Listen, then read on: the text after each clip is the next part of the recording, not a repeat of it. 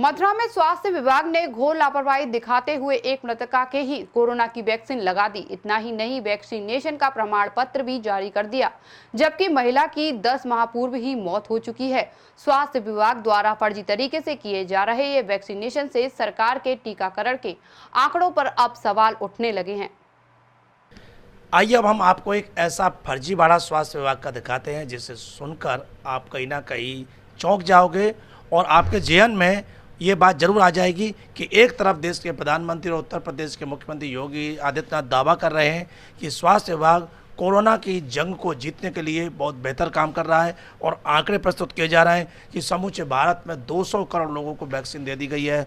उत्तर प्रदेश ने भी record vaccination किया है, लेकिन ये वैक्सीनेशन किस तरह से किया जा रहा है, किस तरह से फर्जी आंकड़े पूरे किए जा रहे हैं, उसकी एक वानगी हम आपको दिखा रहे हैं।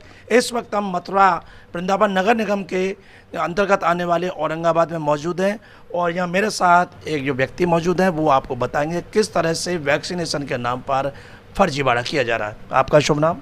शशि भूषण शर्मा जी। शशि जी, क्या मामला है पूरा फर्जी वैक्सीनेशन का, बताएं। जी, ये मामला है मेरी चाची जिनका नाम श्रीमती सुमन देवी है जी।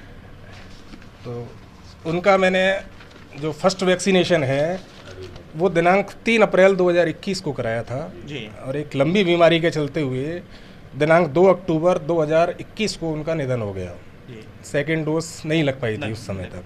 ठीक है, अभी रिसेंटली 4 अगस्त को मेरे मोबाइल पे मेरे को एसएमएस प्राप्त हुआ कि उनको सेकेंड वैक्सीनेशन डोज लगाई गई है। ठीक है, मतलब मृत्यु के लगभग 10 महीने पश्चात उनको सेकेंड डोज लगाई गई। और जो आपके पास उसका एसएमएस आया है तो उसमें आप कहीं ना कहीं प्रमाण पत्र के लिए भी आता है कि प्रमाण पत्र, वैक्सीनेशन के प्रमाण पत्र? जी, मेरे को जैसे ही एसएमएस आया उसके बाद में उसमें लिंक था कि जिससे हम कोविन वैक्सीनेशन सर्टिफिकेट डाउनलोड कर सकते हैं, तो मैंने उसका सर्टिफिकेट भी डाउनलोड करके रखा हुआ है, जो ये है वैक्सीनेशन का सर्टिफिकेट जी, जिसमें ये 4 अगस्त 2022 को अभी उनको सेकंड डोज लगाई गई है। कहाँ लगी है डोज और स्वास्थ्यकर्मी का नाम भी होता है इसमें? जी, इसमें स्वास्थ्यकर्मी का नाम श्री सपना परिहार, कोई सपना परिहार है, सेक्टर 1 रामनगर फिरोजाबाद, ये एड्रेस दर्शाया गया है। यानी फिरोजाबाद में दर्शाई गई है? जी जी जी। अच्छा, ये तो आपके रजिस्टर्ड मोबाइल है, उसी पे ही मैसेज आता है जिससे आपने रजिस्ट्रेशन कराया है।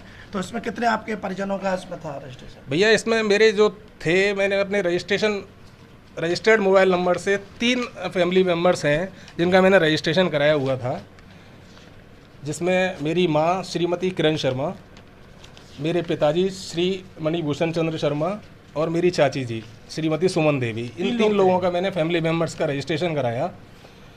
और उसके कुछ समय बाद में मेरे मोबाइल पे एक अन्य किसी व्यक्ति का, जो मेरे फैमिली मेम्बर्स नहीं है, एक उसका भी रजिस्ट्रेशन का और वैक्सीनेशन का मेरे को लिंक प्राप्त होता है उसमें, जो मेरा घर का पारिवारिक सदस्य बिल्कुल नहीं है। आपके में ही जोड़ दिया उसको? जी, उसका भी सेम डेट में 4 अगस्त को वैक्सीनेशन का उनका भी वो आया और उसको लिंक जो डाउनलोड किया है उनका भी मैंने, ये व्यक्ति मेरे परिवार का कोई सदस्य नहीं है और इनका भी वैक्सीनेशन उसी सेंटर पे रामनगर फिरोजाबाद में और सपना परिहार जी के द्वारा किया गया है। अच्छा, ये बताओ शशि भूषण कि आपकी चाची जी की मृत्यु 10 माह पूर्व हो गई है और उनको अब वैक्सीनेशन दर्शाया जा रहा है स्वास्थ्य विभाग द्वारा, तो इस सबको देखकर आप क्या कहेंगे? स्वास्थ्य विभाग की पूरी तरह से लापरवाही जाहिर हो रही है इस चीज़ से, तो और सरकार को संज्ञान लेना चाहिए कि तो अपने एक तरह से आंकड़े पूरा करने के लिए फर्जीवाड़ा बिल्कुल पूरी तरह से फर्जीवाड़ा किया जा रहा है, सिर्फ आंकड़े पूरे करने के लिए। तो देखिए, ये आज हमने आपको दिखाया मथुरा, 3 लोग से न्यारी मथुरा कहा जाता है, तो यहाँ वास्तव में यहाँ कारनामे भी न्यारे ही हो रहे हैं। उत्तर प्रदेश स्वास्थ्य विभाग द्वारा एक तरफ दावा किया जा रहा है कि कोई भी व्यक्ति वैक्सीनेशन के बिना नहीं रहेगा, लेकिन यहाँ तो आलम यह है कि मृत लोगों का भी वैक्सीनेशन धड़ल्ले से किया जा रहा है। और इसका उदाहरण, जीता जागता उदाहरण दिखाया कि यहाँ मथुरा में सुमन देवी हैं जिनकी 68 वर्ष की उम्र थी और उनका देहांत हो जाता है 2 अक्टूबर 2021 में, लेकिन उसके बाद भी स्वास्थ्यकर्मी इतने अलर्ट और इतने सक्रिय हैं कि मृत महिला का भी वैक्सीनेशन कर रहे हैं। प्रमाण पत्र सामने है और मथुरा की रहने वाली महिला का वैक्सीनेशन फिरोजाबाद में किया जा रहा है। ये भी बड़ी विडंबना है। और सुमन परिहार स्वास्थ्यकर्मी उनका वैक्सीनेशन कर रही है। तो यानी सारे रिकॉर्ड हैं और ये सारे रिकॉर्ड प्रदेश मुख्यालय पर और राष्ट्रीय स्वास्थ्य विभाग तक भेजे जा रहे हैं।